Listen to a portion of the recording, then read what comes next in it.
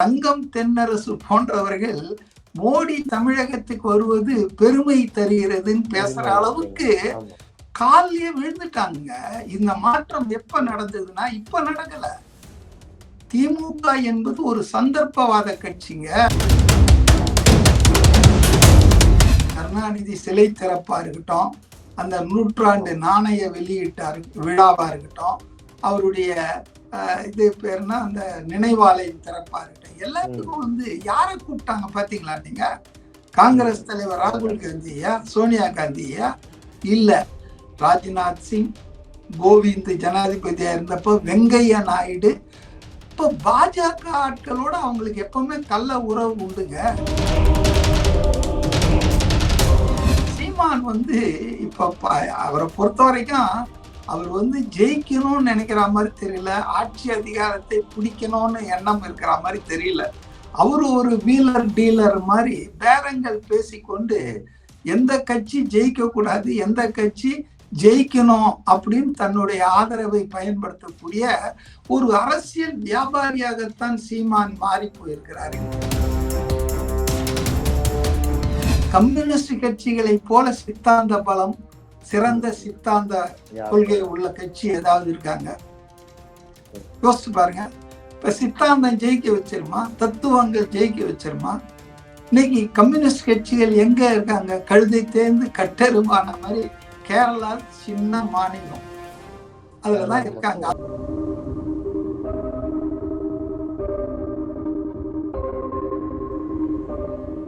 மோடி அவர்கள் தமிழகத்துக்கு வந்திருந்தாரு. அந்த ஒரு மேடையில பாத்தீங்கன்னா திடீர்னு திருமாவளவன் நின்றுகிட்டு இருக்காரு. மோடி ஒரு சைடு நிக்கிறாரு, நயனா நாகேந்திரன் ஒரு சைடு இருக்காரு. இவங்களோட கூட திருமாவளவன் இருக்காரு. சோ இதை அவங்க நம்ம கேட்கிறப்ப என்ன சொல்றாங்க அப்படின்னா, இது தார்மீக அடிப்படையில கூட்டணி கட்சி திமுக இவங்க எல்லாருமே நாங்க போய் ஒரு பொக்கை கொடுத்து வரவேற்கிறது ரெகுலரானதுதான் அப்படின்ட்டு ஒரு வைக்கிறாங்க. பட் இதுவே அதிமுக பண்ணா இவங்கதான் விமர்சனமும் பண்ணுவாங்க. இதை எப்படி சார் பாக்குறது? திருமாவளவனோட நிலைப்பாடு என்ன சார்? அவர் மாறி மாறி இப்ப நீங்களே மென்ஷன் பண்ண மாதிரி மாறி மாறி பேசிட்டு இருக்காரு. இல்ல திருமாவளவனை பத்தி நம்ம அடுத்தது பேசுவோம். பொதுவாக நீங்க ஒரு கேள்வி கேட்டீங்க இல்லையா? அதாவது அதிமுக ஆளுங்கட்சியா இருந்த போது, எடப்பாடி முதல்வரா இருந்த போது, இதே நரேந்திர மோடி முதல்வரா பிரதமரா பல முறை வந்தாரு. அப்ப திமுக இதெல்லாம் தார்மீகமா வர்றதுதான் ஒரு பிரதமர்னா முதல்வர் போய் வரவேற்கிறதான்னு சொல்லி இருந்தாங்கன்னா, அதை ஒத்துக்கிட்டு இருந்தாங்கன்னா இன்னைக்கு அவங்க அவமானப்பட வேண்டிய அவசியம் இல்லை. அப்ப என்ன சொன்னாங்க? கொத்தடிமைகள் ஆட்சி நடத்துறாங்க, கோபேக் மோடினாங்க, கருப்பு பலூனை விட்டாங்க, மோடி திரும்பி போனோம், இங்க வரக்கூடாது, ஓட ஓட விரட்டுவோம் அப்படின்லாம் சொன்னாங்க. புரியுதுங்களா? இன்னைக்கு இவங்க ஆட்சியில இருக்காங்க, கருப்பு கொடி பிடிச்சா எங்கேயாவது மோடி மனம் நோக்கும் அப்படின்றதால வெள்ளை கொடை பிடிச்சிட்டு போறாங்க. இன்னைக்கு கேவலமா இருக்குங்க. திமுகவினுடைய பாஜக எதிர்ப்பு என்பது போலியானது, நாடகத்திற்கு சமமானது. ஏன்னு சொன்னா நீங்க யோசிச்சு பாருங்க, மோடி அதே மாதிரிதான் இருக்காரு. இந்த 11 வருஷமா எந்த மாற்றமும் இல்லை. தமிழ்நாட்டுக்கு வஞ்சிப்பது, தமிழ்நாட்டுக்கு போதிய வரியில நிதி கொடுக்காமல் இருப்பது, கல்விக்கு ஒதுக்கப்பட்ட நிதியை தராமல் நிறுத்தி வைப்பது, இப்படி பாத்தீங்கன்னா கீழடி ஆய்வு இன்னும் அங்கீகரிக்க, அப்படி மோடியின் போக்கில் மாற்றமே இல்லைங்க. ஏமாற்றம் தான். தொடர்ந்து தமிழ்நாடு வஞ்சிக்கப்படுகிறது. ஆனா எப்படிங்க திமுக திடீர்னு தங்கம் தென்னரசு போன்றவர்கள் மோடி தமிழகத்துக்கு வருவது பெருமை தருகிறதுன்னு பேசுற அளவுக்கு காலிலேயே விழுந்துட்டாங்க. இந்த மாற்றம் எப்ப நடந்ததுன்னா இப்ப நடக்கல. திமுக என்பது ஒரு சந்தர்ப்பவாத கட்சிங்க. அதுக்கு பாஜக எதிர்ப்பு என்பது இன்றைக்கு தேர்தல் ஆதாயத்துக்கு பயன்படுதுன்றதால பேசிட்டு இருக்காங்க. ஏன் பாஜகவோடு கலைஞர் கருணாநிதி கூட்டணி வைக்கலையா? நாடாளுமன்ற தேர்தல்ல அவங்க 4 பேர் எலெக்ட் பண்ணி தமிழ்நாட்டுல இருந்து எம்பி அனுப்பலையா? வாஜ்பாய் ஆட்சியில 4 பேர் அதிமுக திமுகவினர் மந்திரிங்களா இல்லையா? எந்த அளவுக்கு கொடுமைனா வை கோபால்சாமி கட்சி இருந்திருக்குது. ஏன் நம்ம திருமாவளவன் பாஜக கூட்டணியில இருந்திருக்காரு. பாமக இருந்திருக்க. அதனால இவங்க எல்லாம் இந்த பாஜகவுள்ள வந்துரும், பாஜக வந்துட்டு எதிர்ப்போம் அப்படின்னு சொல்றது எல்லாமே ஏமாற்று வேலை. அதாவது 18% மைனாரிட்டிகளினுடைய ஓட்டுக்களை சிந்தாமல் சிதறாமல் அடைய வேண்டும் என்பதற்காக போலியாக பொய்யாக பாஜகவை தாங்கள் எதிர்ப்பதாக திமுகவும் விசிகவும் மற்றவர்களும் சொல்லிக் கொண்டிருக்கிறார். ஆனா இவங்க எல்லாம் பாஜகவை ஆதரித்தவர்கள், கூட்டணி இப்ப கள்ள கூட்டணி வச்சிட்டு இருக்காங்க. நீங்க கருணாநிதி சிலை திறப்பா இருக்கட்டும், அந்த நூற்றாண்டு நாணய வெளியிட்டார் விழாவா இருக்கட்டும், அவருடைய இது பேருனா அந்த நினைவாலயம் திறப்பா இருக்கட்டும், எல்லாத்துக்கும் வந்து யாரை கூப்பிட்டாங்க பாத்தீங்களா நீங்க? காங்கிரஸ் தலைவர் ராகுல் காந்தியா, சோனியா காந்தியா? இல்ல, ராஜ்நாத் சிங், கோவிந்த் ஜனாதிபதியா இருந்தப்போ வெங்கையா நாயுடு. இப்ப பாஜக ஆட்களோட அவங்களுக்கு எப்பவுமே கள்ள உறவு உண்டுங்க. அதனால எதிர்கட்சிக்காரன் பிரதமர்னு வரவேற்றா எடப்பாடி அவன் அடிமை, தவிழ்ந்த பாடின்னுவாங்க. இப்ப இவங்க என்ன பண்றாங்க? கள்ள உறவு வச்சுக்கிட்டு இவங்க கம்ப்ளீட்டா பாத்தீங்கன்னா சரண்டர் டு பிஜேபி தாங்க. காரணம் என்னன்னா, உங்களுக்கு தெரியும், சமீபத்துல இந்த நிதி ஆயோக் கூட்டம் டெல்லியில நடந்தது. 2-3 வருஷமா நம்ம முதல்வர் அத பாய்காட் பண்ண, கலந்துக்கிறது இல்ல. என்ன காரணம் சொன்னாருன்னா, அவரே காணொலியில போட்டது, தமிழ்நாடு வஞ்சிக்கப்படுகிறது அப்படின்றதால. சரி, இப்ப என்ன வஞ்சனை எல்லாம் முடிஞ்சிடுச்சா? ஏன் திடீர்னு போனாரு? சரி, போனவர் அதை மட்டும் அட்டன் பண்ணிட்டா வந்தாரு? தனியாக மோடியை சந்தித்து 40 நிமிஷம் பேசினார். என்ன பேசினார்கள்?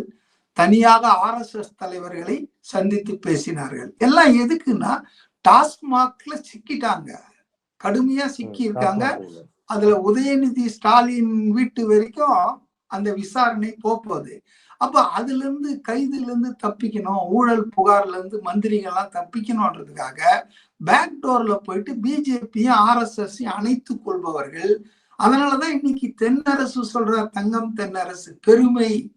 எந்த மோடி வந்து இந்த நாட்டை பிடித்த சனியன்னு சொன்னாங்களோ, இன்னைக்கு அதே மோடி தமிழ்நாட்டுக்கு வருவது நமக்கு பெருமைனா எனக்கு புரியலைங்க. அதாவது இன்னியும் இவங்க இந்த ஏமாற்று வேலையை செய்து சிறுபான்மையினர் வாக்குகளை வாங்கிடலாம் நினைச்சாங்கன்னா அதெல்லாம் மக்கள் விழித்து கொண்டார்கள். ரெண்டாவது, விசிக வந்து இப்ப எல்லாத்துக்கும் என்ன முட்டு கொடுக்குறாங்கன்னா, திமுக இல்ல பாஜக வந்துரும், பாஜக வந்துரும். சரி, பாஜகவோட திருமாவளவன் ஆட்சி அது அணி சேர்ந்ததே கிடையாதா? கூட்டணி வச்சதே கிடையாதா? அதனால வந்து இருக்காங்க, இவங்களும் கூட்டணியில இருந்திருக்காங்க. அதனால இதெல்லாம் சும்மாங்க, ஜனங்களை ஏமாத்தி சிறுபான்மை மக்கள், கிறிஸ்தவர்கள், அப்புறம் முஸ்லிம்கள், இவங்க வாக்குகளை நம்ம வாங்கிக்கலாம். ஒரு சாலிட் பேஸ் 18% அதை நம்ம வந்து தக்க வச்சுக்கினாலே ஜெயிச்சிடலாம் அப்படின்னு. பெர்ஃபார்மன்ஸ் தேவையில்லை. எப்ப பார்த்தாலும் பாஜக வந்துரும், பாஜக வந்துரும்னா, பாஜக இந்தியாவிலே வந்துட்டான் 11 வருஷமா. என்ன பண்ணா? நான் கேக்குறேன், பாஜகவுக்கு நான் ஒன்னும் வக்காலத்து வாங்கல. ஆனா இந்த பாஜக ஒரு பூதம்ன்ற மாதிரி, அந்த பூதத்தை நாங்க தான் ஒழிக்க முடியும், தோற்கடிக்க முடியும். கடந்த காலங்கள்ல அவங்களோட கூடி குழாவினர்கள் இப்பவும் பகிரங்கமா இல்லைன்னா கூட கள்ளத்தனமாக கூடி குழாவிட்டு இருக்கீங்க. அதனால வந்து பாஜக எதிர்ப்பு என்பது சும்மா கவைக்குதவாத வாதம் தாங்க. இவ்வளவு பேசுறாரு சீமான் வந்து சமீபத்துல நிர்மலா சீதாராமனை நள்ளிரவில் போய் சந்திச்சு பேசிட்டு வந்த படங்கள்லாம் நம்ம பார்த்தோம்ல. எதுக்காக போனாரு? சீமான் வந்து இப்ப அவரை பொறுத்த வரைக்கும் அவர் வந்து ஜெயிக்கணும்னு நினைக்கிற மாதிரி தெரியல, ஆட்சி அதிகாரத்தை பிடிக்கணும்னு எண்ணம் இருக்கிற மாதிரி தெரியல. அவரு ஒரு வீலர் டீலர் மாதிரி பேரங்கள் பேசிக்கொண்டு எந்த கட்சி ஜெயிக்க கூடாது, எந்த கட்சி ஜெயிக்கணும் அப்படின்னு தன்னுடைய ஆதரவை பயன்படுத்தக்கூடிய ஒரு அரசியல் வியாபாரியாகத்தான் சீமான் மாறி போயிருக்கிறார் இந்த 15 வருஷத்துல. அவர் வந்து தன் சார்பாக எம்எல்ஏக்கள் போனோம், கட்சி வெற்றி பெறணும் அப்படிலாம் பேசுற மாதிரி தெரியல. ஏன்னா இல்லைன்னா போய் என்னெல்லாம் வெளியே பேசுறாரோ உடனே அதை வந்து 1/2 மணி நேரம் கழிச்சு மாத்தி பேசுறாரு. அதனால அவரு ஒரு இன்கன்சிஸ்டன்ட் பொலிட்டீஷியனுங்க. அவருடைய இதை வந்து எதையுமே நம்ம கணக்குல எடுத்துக்க முடியாது. நீங்க சொன்ன மாதிரி சார், கடந்த காலங்கள்ல இருந்தே சீமான் அவர்கள் இந்த மாதிரி முன்னுக்கு பின் முரணாதான் வந்து செயல்பட்டு வந்திருந்திருக்காரு. எக்ஸாம்பிள் சூப்பர் ஸ்டார் ரஜினிகாந்த் அவர்களை பயங்கரமா கடுமையா அவரோட மொழியெல்லாம் வச்சு விமர்சனம் பண்ணாரு. பட் ஆனா கொஞ்ச நாளைக்கு முன்னாடி போய் வந்து சால்வையெல்லாம் போட்டுட்டு அவர்கிட்ட வந்து கொஞ்சம் கொலாவிட்டு இருந்தாரு. ஏன் விஜய் அவர்களே வந்து அவர் சினிமாக்கு வர்றதுக்கு முன்னாடி இருந்தே என் தம்பி அப்படின்னு பேசிட்டு இருந்தாரு. நடுவுல வேற ஏதாவது ஒரு ஆக்டர் தூக்கி பிடிப்பாரு, திடீர்னு விஜய் வந்து பேசுவாரு. பயங்கரமா கிரிட்டிசிசம் வந்தோடனே நான் என் தம்பி அப்படின்னா சொல்லுவேன்னா அதுக்கு முன்னாடி அந்த மாதிரி வந்து பேசினவர் தான். எல்லாருக்குமே நீங்க சொன்ன மாதிரி சார் சீமான் ஒரு பேரத்துக்குள்ள வந்து சிக்கிட்டாரோ அப்படின்ற ஒரு கேள்வி பெருசா சிக்கலங்க. அவர் என்னங்க சிக்கிறது? அவர் பேரம் பண்ணிட்டு இருக்காரு. அரசியலை ஒரு நல்ல வியாபாரமாக இப்ப எனக்கு கிடைச்ச தகவல் தான் 234 தொகுதியிலும் கேண்டிடேட்டை போட்டு அந்தந்த இருக்கக்கூடிய பிரதான கட்சிகள் கேட்டுக்கொள்வதற்கு இணங்க வீக்கான கேண்டிடேட்டை போடுறது இப்படி எல்லாம் பேரங்கள் நடக்குதுங்க. அவருக்கு வந்துங்க தேர்தலில் ஜெயிச்சுதான் வந்து ஆதாயம் அடையணும் இல்லை, தேர்தலில் போட்டி போட வச்சே ஆதாயம் அடைஞ்சிட்டு இருக்கிற ஒரு கட்சி தான் நாம் தமிழர் கட்சின்ற பேர் தான் இன்னைக்கு அவங்களுக்கு இருக்கு. சீமானை பொறுத்தவரையில அவர் வந்து முரண்பாடுகளின் மொத்த உருவம் தாங்க. ஏன்னா சங்கிய வந்து என்ன அளவுக்கு திட்டி இருக்காரு. ரஜினிகாந்த பார்த்துட்டு வந்தோம்னா சங்கி என்றால் சகத்தோழன்னு ஒரு புதிய விளக்கம் தெரியுங்களா? அதனால அவரு வந்துங்க குடிகாரன் பேச்சு பொழுது விடிஞ்சா போச்சுன்ற மாதிரி அவர் இன்னைக்கு என்ன சொல்றத ஏதோ அந்த நாளைக்கு எதிர்த்து பேசுவார். அதனால is not a serious politician. அதை நம்ம பெருசா எடுத்துக்க வேண்டிய அவசியம் இல்லை. அப்ப போன வாட்டி இவ்வளவு ஓட்டு வாங்கினார 3வது இடத்துக்கு வந்தாருன்னா எஸ், 2 கட்சி மேல இருக்கிற வெறுப்புல எவங்கிட்டையாவது ஓட்ட போடுவோன்னு போட்டாங்க. பட் இந்த முறை அதுவும் வராது. ஏன்னா விஜய் என்பவர் ஒரு ஆல்டர்னேட்டிவா எமர்ஜாய் நிக்கிறாரு. திமுக, அதிமுக, பாஜக இந்த கட்சிகளுக்கு ஒரு மாற்று சக்தியாக நான் இருக்கிறேன். நீ கொள்கையை சொல்லு, உங்க சித்தாந்தம் என்ன, உங்க கோட்பாடு என்ன, இதெல்லாம் சொல்றாங்க. அதெல்லாம் சொன்னாதான் ஜெயிக்க முடியும்ன்றாங்க. கம்யூனிஸ்ட் கட்சிகளை போல சித்தாந்த பலம், சிறந்த சித்தாந்த கொள்கை உள்ள கட்சி ஏதாவது இருக்காங்க? யோசிச்சு பாருங்க. இப்ப சித்தாந்தம் ஜெயிக்க வச்சிருமா, தத்துவங்கள் ஜெயிக்க வச்சிருமா? இன்னைக்கு கம்யூனிஸ்ட் கட்சிகள் எங்க இருக்காங்க? கழுதை தேர்ந்து கட்டெருமான மாதிரி கேரளா சின்ன மாநிலம், அதுலதான் இருக்காங்க. அதுல கூட அடுத்த முறை தோத்துருவாங்க இன்னைக்கு இருக்கிற நிலைமையில. ஆக சித்தாந்தங்கள் என்னாச்சு, கோட்பாடுகள் என்னாச்சுன்னு போய் விஜயை கேட்டுருக்காங்க. விஜய் வந்து அவர் மனசுல இருக்கிறத சொல்றாங்க. ஊழலற்ற நிர்வாகம் தருவேன்றாரு, சமூக நீதியை காப்பாத்துவேன்றாரு, பிறப்போக்கும் எல்லா உயிருக்கும் கோஷத்தை வச்சிருக்காரு. அப்போ இதுக்கு மேல என்ன வேணும்?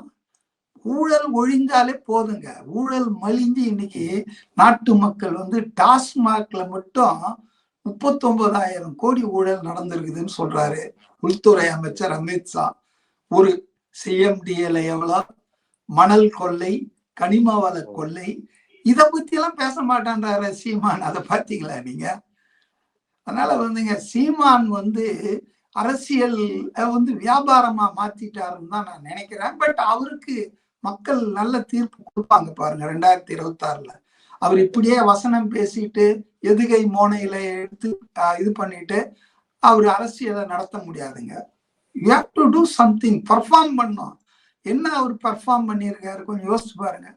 அதனால வந்து சீமான் போக்குல வந்து ஜூலை 20க்கு முன் ஒண்ணு, ஜூலை 20க்கு பின் அப்படின்ற மாதிரி தாவேக்காவை பத்தி இருந்தாலும், பொதுவாகவே இந்த 15 வருஷம் அரசியல்ல சீமான் வந்துங்க நிறைய பெல்டிங் அடிச்சிருக்காருங்க. ஏகப்பட்ட பெல்டிங்க, 1 2 இல்ல. அதனால மக்கள் அவரை வந்து ஒரு சீரியஸான பொலிட்டீஷியனாவோ ஒரு சீரியஸான அரசியல்வாதியோ பாக்குறது இல்லைங்க. அதான் என்னுடைய கருத்து. உங்களோட நேரத்துக்கு ரொம்ப வந்து நன்றி சார். மறுபடியும் இதே மாதிரியான ஒரு காணொலியில நம்ம அரசியல் கலந்துரையாடலாம் வந்து வரப்போற நிகழ்வுகளை வச்சு நம்ம